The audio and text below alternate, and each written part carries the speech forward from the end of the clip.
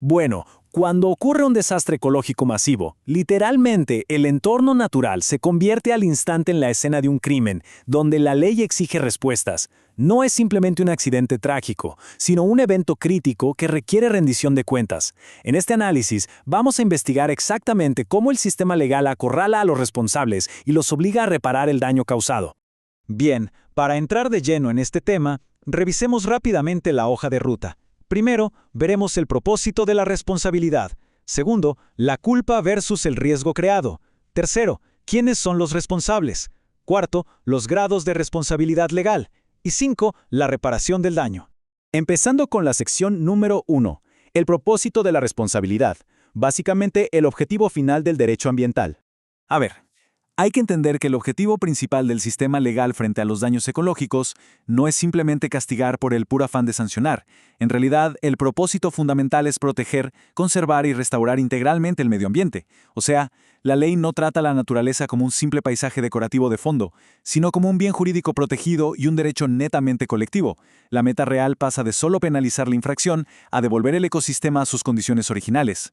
Y ojo, que esto no es una simple filosofía abstracta, está respaldado al más alto nivel.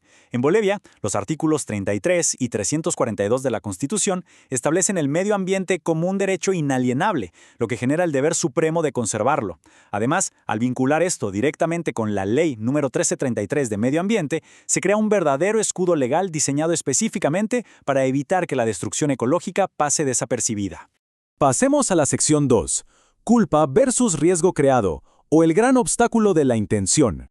El mayor reto en los tribunales frente a un daño ambiental es comprobar que hubo una intención de causarlo. Aquí es donde chocan dos doctrinas jurídicas. Por un lado, tenemos la responsabilidad subjetiva, basada en la clásica idea civil de que no hay responsabilidad sin culpa, la cual exige pruebas de intención o negligencia, algo que resulta ser una tarea casi imposible en desastres masivos. Y por el otro lado, surge la responsabilidad objetiva, que se basa puramente en el riesgo que genera la actividad en sí. Mucho más directo, ¿verdad? Si miramos los 4 elementos esenciales de la responsabilidad subjetiva, notaremos lo frágil que puede ser en la práctica. Se necesita una conducta humana voluntaria, culpa o dolo, el daño ambiental evidente y un nexo causal. Básicamente, si al investigar falta una sola de estas piezas, digamos que no se logra probar la negligencia exacta del operador, todo el caso colapsa por completo y la responsabilidad se esfuma. Entonces, el punto crucial aquí es que el derecho necesitaba una herramienta mucho más fuerte para la era industrial. Por eso, actividades de alto impacto como la minería, los hidrocarburos o la explotación forestal caen bajo la responsabilidad objetiva en la Ley 1333. Aquí el mensaje es contundente. Si la actividad genera riesgo y ocurre un daño, hay responsabilidad automática, así de claro. Demostrar la intención de destruir el ecosistema es completamente irrelevante cuando la destrucción ya es un hecho comprobable. Esto nos lleva a la sección 3. ¿Quiénes son los responsables? Es decir, ¿cómo se lanza la red de la responsabilidad? Al iniciar la fase de investigación, surge la gran pregunta. Cuando ocurre un desastre de magnitud, ¿quién asume exactamente la responsabilidad legal?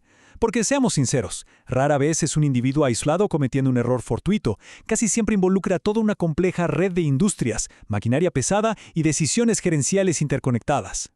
Para desentrañar esa maraña y no dejar margen a la impunidad, la ley aplica una precisión casi científica.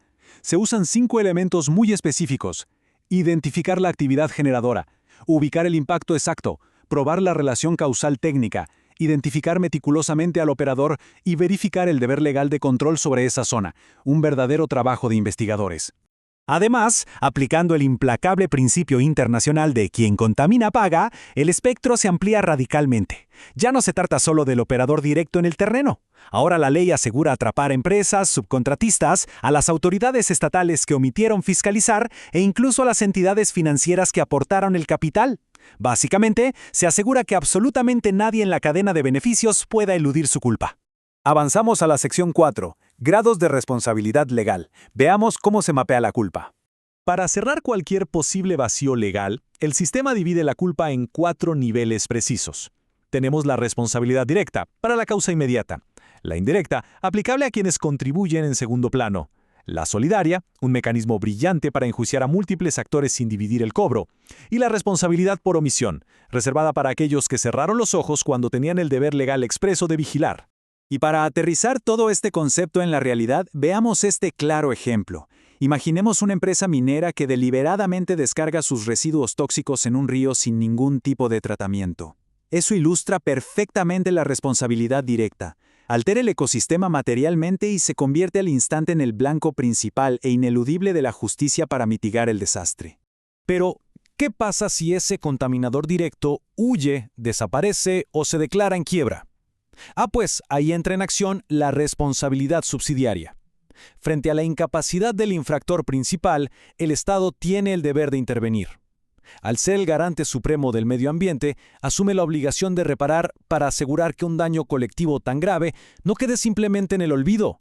Y finalmente llegamos a la sección 5, la reparación del daño, o sea, el proceso de arreglar lo que se rompió. Todo este inmenso andamiaje jurídico nos lleva de vuelta al objetivo innegociable, estableciendo unas prioridades muy estrictas. El paso 1 siempre es la reparación in natura, es decir, la restauración completa del ecosistema. En el derecho ambiental simplemente no se puede firmar un cheque para comprar el perdón. La restauración física es la prioridad absoluta. Solo cuando esa restauración resulta científicamente imposible, se habilita el paso 2, la compensación económica. A la luz de todo este esquema, y para cerrar esta presentación, queda una pregunta que nos invita a una reflexión profunda. Si la protección del entorno exige que el Estado garantice y supervise todo rigurosamente en nombre de la sociedad, ¿qué ocurre verdaderamente con nuestros ecosistemas cuando la autoridad encargada de vigilar decide mirar hacia otro lado? Ese es, en definitiva, el desafío más grande que sigue enfrentando la justicia ambiental hoy en día.